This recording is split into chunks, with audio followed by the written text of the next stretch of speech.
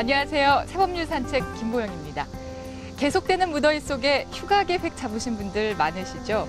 그런데 최근 직장인들 사이에서 휴가 문화가 바뀌고 있다고 합니다. 기업들이 계절에 관계없이 휴가를 쓸 수 있는 연중휴가제, 집중휴가제 등의 제도를 도입한 덕분인데요. 이렇게 제도의 변화는 생활에도 많은 변화를 미치게 됩니다. 오늘 입법전망대에서 만나볼 새 법률도 우리 사회에 좋은 변화를 가져올 것으로 기대되는 법입니다. 입법전망대 경제민주화법 두 번째 시간, 프랜차이즈법에 대해 알아봅니다.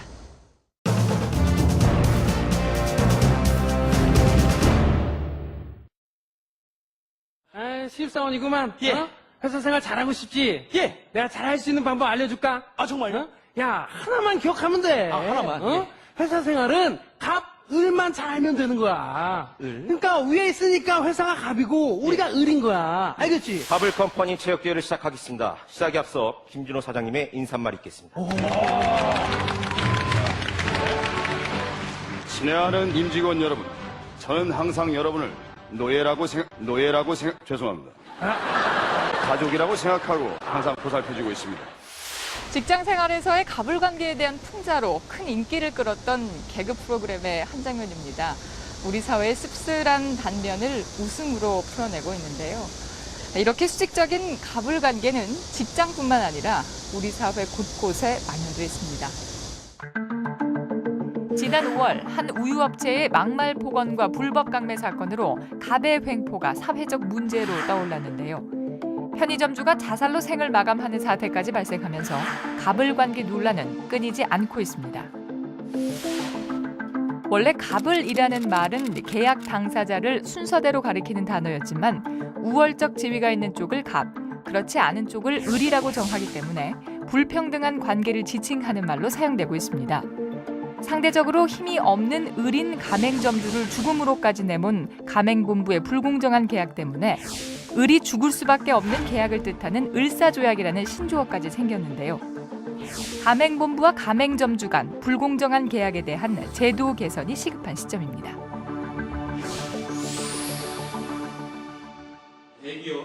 우리 사회에 뿌리 박혀 있는 불평등한 갑을 관계를 개선하기 위해 정치권이 나섰습니다. 갑과 을은 병존하면서 상생하는 관계로 유지돼야 합니다. 갑과 을이 계약을 하면 을이 죽는 형태와 같은 을사조약이 되어서는 안 됩니다. 갑과 을의 비대칭적인 관계를 회복시켜야 합니다. 갑을 관계를 법과 제도를 통해서 대등한 관계로 자리 잡게 할 때 비로소 편가르기가 아닌 사회 통합이 실현될 것입니다. 프랜차이즈 법안은 2012년 8월 국회 정무위원회에 상정돼 다양한 논의가 진행돼 왔습니다. 가맹본부의 예상 매출액 산정 범위를 놓고 여야 간 이견으로 진통을 겪다가 지난 7월 2일 국회 본회의를 통과했는데요. 업계에 만연해 있는 불공정 행위가 엄격히 규제될 것으로 전망됩니다. 가맹본부가 가지고 있는 노하우를 이어받아 창업을 할 수 있기 때문에 많은 사람들이 프랜차이즈업을 선호하고 있는데요. 앞으로 신규 출점하는 가맹점주들에게 이번 예상 매출액의 범위를 제공받는 조항은 상당히 기대가 되는 부분입니다. 사실 그동안 가맹점주들은 가맹본부의 수익을 보장해준다는 말만 믿고 시작했다가 피해를 보는 경우가 많았습니다. 최근 취업난과 조기 퇴직자가 늘어나면서 프랜차이즈 산업은 급속히 증가하는 추세인데요. 2013년도 프랜차이즈 시장 규모는 약 148조 원, 종사자는 142만 명이 넘어설 것으로 추정됩니다.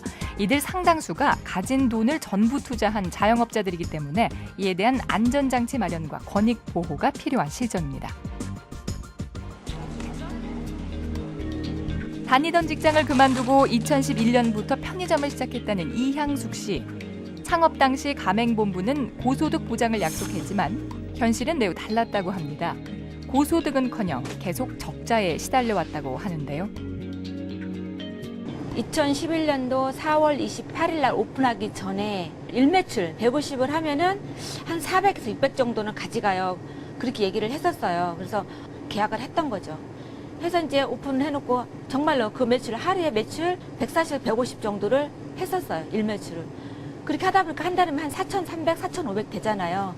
그렇게 했는데 저한테 통장에 찍힌 돈은 270이 들어왔어요. 270에서 임대료 줘야 되고 알바비도 줘야 되고 그렇게 하다 보니까 적자더라고요. 적자. 첫 달부터 저는 적자였었어요. 한 달에 4천만 원의 매출을 올려도 점주에게 남는 이익은 없었다고 합니다. 오히려 편의점을 운영할수록 적자가 나는 불공정한 구조였다는데요. 더구나 근처에 또 다른 편의점들이 들어서면서 매출 또한 급격히 떨어졌다고 합니다. 계속되는 적자로 몇 차례 미송금이 이어지자 가맹본부는 상의도 없이 물품을 공급해주지 않고 폐점까지 유도하면서 과도한 위약금을 요구했다고 합니다. 그래서 걔네들이 요구하는 돈이 9,200만 원 위약금을 내야 된다 이렇게 얘기하는데 여기에 대한 분명한 거는 물품 공급을 얘네들이 안 했잖아요. 점포를 죽이겠다라는 얘기잖아요. 그 프랜차이즈점에 대한 횡포가 이렇게 심한 줄을 정말 몰랐고 계약하는 그 순간에 그 계약서에는 점주가 주장할 수 있는 글이 단 한 개도 없어요. 다 그들이 돈을 청구할 수 있는 그런 문구가 다 들어간 거예요. 한 권이 다. 그러다 보니까 내가 점주들은 돈 하나도 못 가져가는 노예로 써먹는 노예 속에서 얘네들은 계속 돈을 자기들이 착복을 하고 있고 그런 구조로 돼 있기 때문에 아무리 돈을 노력을 해도 점주는 절대적으로 5%도 못 가져가요. 돈을. 가맹본부의 횡포로 인한 피해 사례는 지속적으로 증가하는 추세입니다. 공정위가 조사한 바에 따르면 가맹점주들은 피해의 주된 원인으로 가맹본부의 허위 과장 정보 제공을 꼽았습니다. 그동안 가맹본부 대부분이 예상 매출액을 구두로 제공해 매출 부풀리기로 인한 피해가 있어도 처벌이 어려웠는데요. 그래서 이번 개정 법률에서는 가맹본부는 예상 매출액 산정서를 문서화해 가맹점주에게 제공해야 하고 허위 과장 정보를 제공할 경우 벌금을 3억 원으로 상향 조정했습니다. 하지만 과도한 규제라는 우려도 제기되고 있습니다. 이 법을 바로 시행하면 많은 혼란이 있을 것으로 예상이 됩니다. 왜냐하면 저희 프랜차이즈 업계에서 취급하는 품목이 대체로 다 비내구제입니다. 경기 변동이 아주 극심하고 유행도 많이 타고 트렌드에 왔다 갔다 하는 그런 품목들이 많기 때문에 매출 변동폭이 상당히 클 거라고 생각됩니다. 그리고 중소 브랜드인 우리 가맹본부 입장에서는 이렇게 매출 예상을 정확히 할 수 있을까 굉장히 우려가 됩니다. 이렇게 문서화됐을 때 나중에 매출 범위가 많이 차이가 난다고 해서 법적인 분쟁으로 일어날 가능성이 매우 높다고 생각됩니다. 가맹점주에게 예상 매출액을 제공해야 하는 경우는 연매출 200억 원 이상, 가맹점 100곳을 초과한 가맹본부에만 해당됩니다. 충분한 의견 수렴 후 합리적인 산출 기준을 마련할 계획이라고 합니다. 이게 가맹 점주들 같은 경우는 퇴직금이랄지 혹은 상당한 재산을 갖다가 출연을 해서 영업을 시작합니다. 그분들은 그것을 잃으면 모든 것을 잃게 되죠. 그래서 과장된 광고를 막는 것이 우선 중요하다고 생각했고요. 그다음에 남소의 우려를 막기 위해서 예상 매출액뿐만 아니라 산출 근거, 그러니까 점주의 노력 부분이 어떠해야 되고 본부가 보장하는 부분이 어떻다 하는 것들을 갖다가 제시를 했기 때문에 일시적으로 남소가 있을지 모르지만 일정한 시간이 지나면 어떤 그 상식적인 합리적인 선이 도출될 거라고 생각합니다.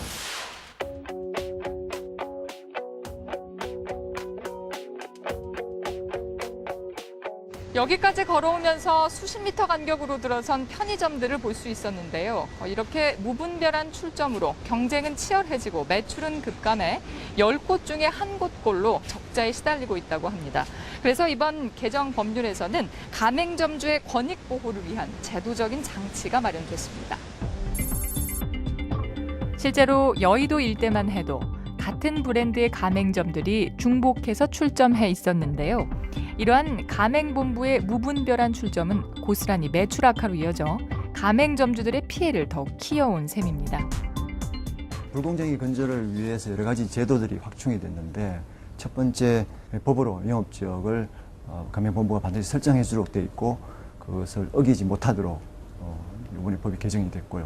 두 번째 그 사회적 문제가 됐던 그 편의점들의 그 어려운 점, 특히 예를 들면 24시간 영업 문제, 이번 법 개정을 통해서 24시간을 강제하지 못하도록 법제화됐습니다.